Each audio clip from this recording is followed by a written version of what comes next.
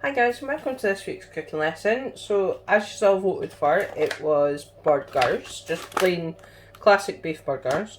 So what I've got here, I've got 250 grams of just 5% beef mince. Now it is you can get a higher fat percentage beef mince if you want. I would say though, if you are using higher fat, you need to add a little bit more breadcrumbs just so it doesn't fall apart. But yeah, that's the only difference really. So I'll just pop this open.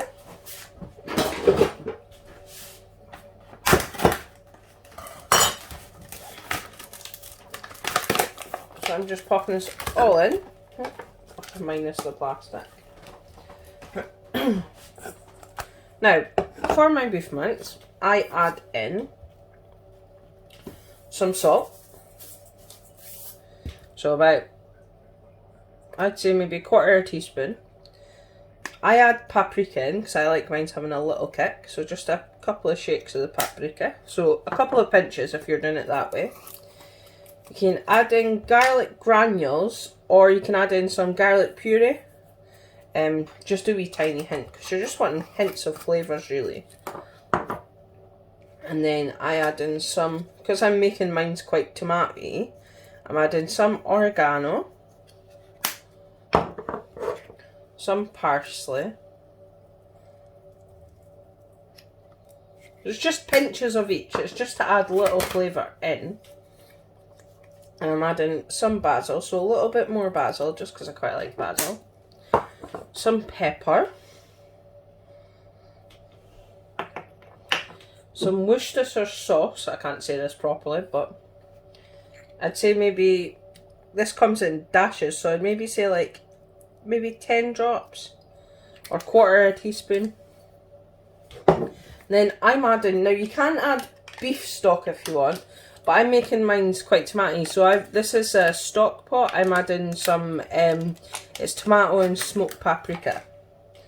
And then I'm going to add breadcrumbs. Now, with your breadcrumbs, what you can do is, you can add in breadcrumbs if you have any, but if you don't have breadcrumbs, you don't have a food processor, best thing to do is get a bit of bread, toast it, then get a grater, and just grate the bread. And that's how you can get easy breadcrumbs. So I'll come back once I've done this because this is quite loud. I'll be back in 2 seconds. So I've done that in here. I've got a bit of bread everywhere. I'll just pop that in the bowl. So I've done maybe about half a slice of bread. I'd say half a slice of bread per 250 grams. So I'm just going to mix this all together with my hands. Just get stuck in. Make sure it's all mixed. Now this isn't the nicest job, you can wear gloves for this if you really wish. So I just want to squeeze it all together and make sure that all the flavours all the way through all the burger. Now another thing as well, you can add onion into this, fresh onion. This batch I'm doing doesn't have fresh onion in it, just because the people who are making it for mum and dad, they're not a big fan of onion in the burger. But when I done the cooking lesson, I did make it with onion inside, so it was for myself. But yeah, that's as simple as it is. It's quite easy and straightforward to make burgers. And you just want to keep on kneading it all the way through. It will become a bit mushy, but it'll stick together, because the way I make them, you don't necessarily need egg yolk. Some people put egg yolk in burger mixes, but it's not necessary that you need the egg yolk. So I'm just going to give my hands a quick wash, just because I'm touching raw food.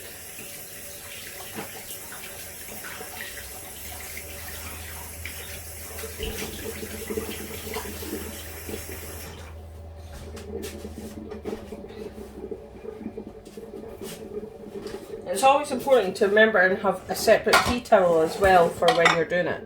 Now, to do the burgers, I was taught this when I worked in... now, I'm making quarter pounders, so... Well, not quarter pounders, I'm making 4 burgers out of this. I'm putting it into quarters, so I'm just halving it and halving it. Now all I'm doing, I'm rolling it into a ball, like so. Flat ball. And you get 2 plates, place it on top of each other, and then press down and lift up.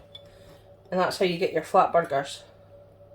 Now you can just leave it quite rustic in the sense of you can just roll them together and just have it quite flat, and then it's quite a chunky burger. You can do it that way. I just prefer thin burgers. I've always just preferred them. So yeah, it's a cheap way of doing it. Just put it in between 2 plates and pressing all the way down, and then you get your burger shape. Just gives them the even light thickness as well. So when you are cooking them, now you can cook these underneath the grill, or if you're like me, I'll show you in 2 seconds once I've finished doing this, just because I don't want to be touching raw food everywhere.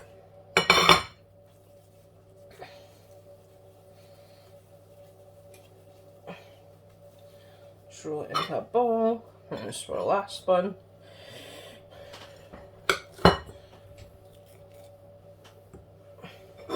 Now all I've done here is just pop them in there.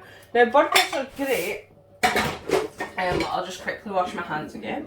Burgers are great in the sense of you can completely like batch cook them. So you can make these the day before, keep them in the fridge, or you can make them up to a month before and then keep them in the freezer. So it is important you do it individually.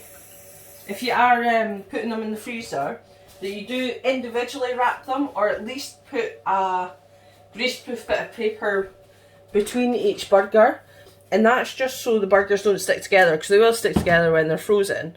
So if you want to freeze them in a box, all you need to do, a storage box, all you need to do is put a burger, a bit of either cling film, or even if you've only got tin foil, even that, just something to help tear it apart. It is better with greaseproof paper because they pull apart quite easier.